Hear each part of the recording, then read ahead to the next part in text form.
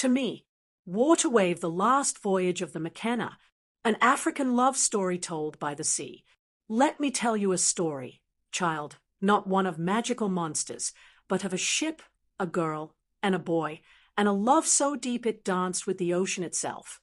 Grandmother Zui, storyteller of the coast, said, long ago, when the sun still bowed to the kings of the sea and the moon listened to the songs of fishermen, there was a ship called Makena. Makena was no ordinary ship. She was a floating palace of wood and steel, sailing from the old port of Mombasa down to the far lands of Cape Town. She was built by foreign hands, but filled with the souls of many British officers, African kings' sons, traders, servants, dreamers, and wanderers.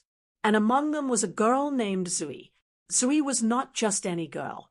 Her skin shimmered like roasted cocoa under the sun, her eyes danced like fireflies in the dark, and her voice, it carried the sorrow of her ancestors and the promise of a storm. She was born into a wealthy Kenyan family who had bowed too long to colonial rulers.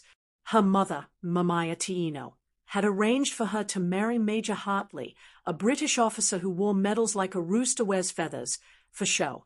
But Zui's heart was a wild river, and no colonizer, no golden ring, could dam its flow. Now far across the continent, in the bustling streets of Lagos, lived a boy named Io. He had no father, no mother, only a sketchbook, a hunger for freedom, and hands that could draw the soul of a person with just a few strokes.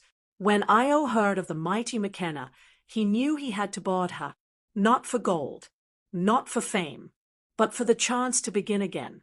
He gambled a coin, won a ticket in a game of bow, and with nothing but his bag and his dreams, he stepped onto the ship.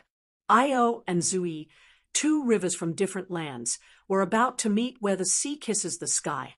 The first time Zui saw Io, he was sketching on the upper deck, sitting cross-legged like a griot in thought.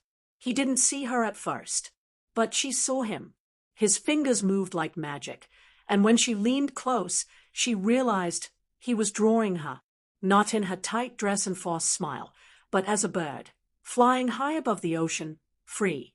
"Why do I look like I can fly?" she asked.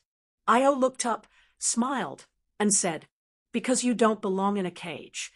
Zui had never been seen like that before, not by her fiancé, not by her family, not even by herself. That night, the ship danced with drums below deck. The workers, cooks, cleaners, and sailors played dembe and goma, shaking the Makena's bones with rhythm and joy. Io took Zui by the hand and pulled her into the crowd. At first, she hesitated. She had never danced like that, barefoot and laughing. But when she let go, she became the wind. And oh, child, love is like the tide. It starts quiet, but soon it pulls you under. The next morning, trouble came like a cloud. Major Hartley, sharp-nosed and colder than a lion in the rain, saw them together. His eyes narrowed like a snake's before a strike. "You think you can flirt with royalty, boy," he spat at Io. But Io only looked at him with the calm of the earth and said, "I see no royalty here, only a scared man afraid of losing a queen." Hartley raised his fist, but Zui stepped between them like thunder. "I choose who I dance with, and who I love." That was the first time she said love, and Io heard it like a drumbeat in his chest. But even as hearts soared, the sea stirred beneath them. The Makena sailed unknowingly toward a reef, sharp as spears, hidden under moonlight, and the ocean, ancient and patient, was ready to remind them all. No one rules the sea, not kings, not colonizers, not even lovers. The sea has two faces, child, one of kindness and one of hunger. And on that voyage, Makena showed both. Grandmother Zui said, "The night before the storm, the ship grew restless. The ropes groaned, the sails whispered, and the wood trembled as if Makena herself could sense what lay ahead. Zui stood on the deck, her shawl billowing, staring into the endless black. Io joined her, sketchbook in hand. He had drawn her again, but this time not as a bird. No, tonight she was a flame, a fire standing against the sea. You draw me like I'm stronger than I feel, Zoe said softly. You are stronger than you know, Io replied. Even the sea bows to fire. She wanted to believe him, but in her chest, the waves of fear rose higher. Below deck, whispers spread. Sailors muttered about the reef. Some claimed they had heard it, not seen, but heard it, the sound of waves crashing on hidden rock. Others spoke of spirits of drowned men guiding ships to their doom. Major Hartley laughed at such talk, puffing on his pipe. Ignorant nonsense, he sneered. The sea bends to men of discipline, not to superstition. But when his eyes caught Zoe sitting close to Io, the flame of jealousy burned hotter than any storm. That night, the reef revealed itself. It began with a scream from the watchtower. Then, a sound like bones breaking, the Makena's belly scraped against the hidden spears beneath the waves.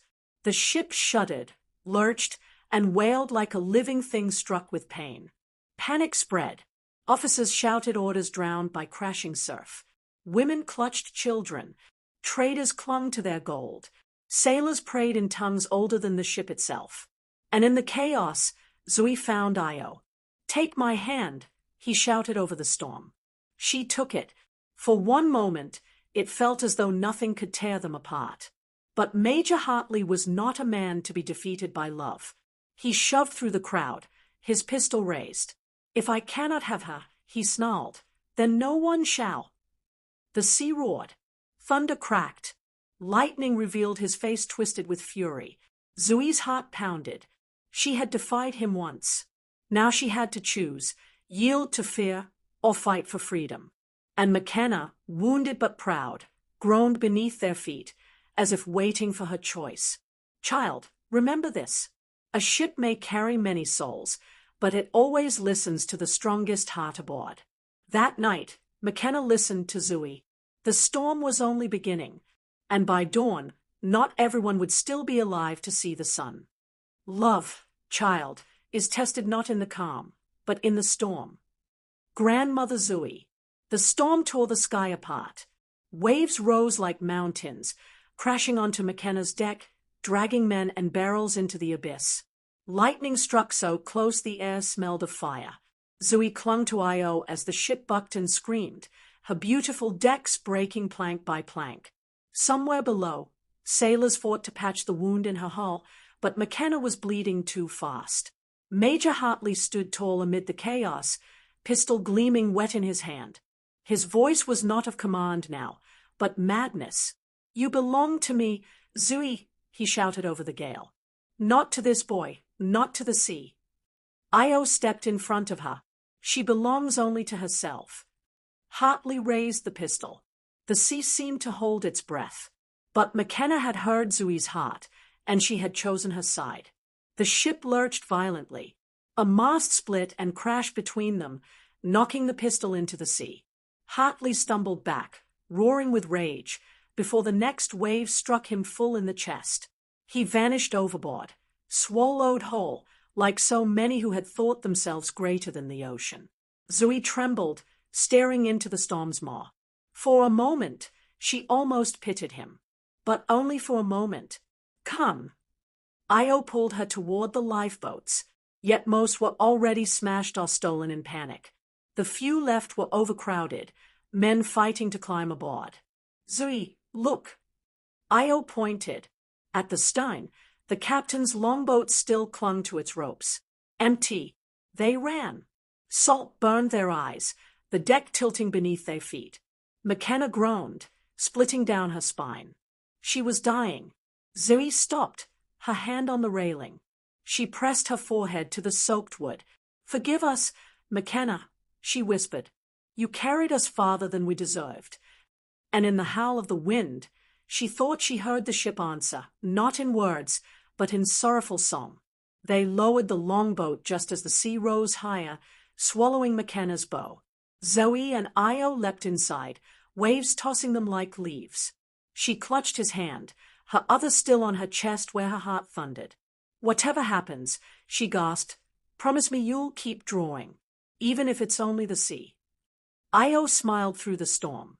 I'll draw you, always you, as fire, as bird. as wave. And then, with a final groan that shook the heavens, Makena broke apart.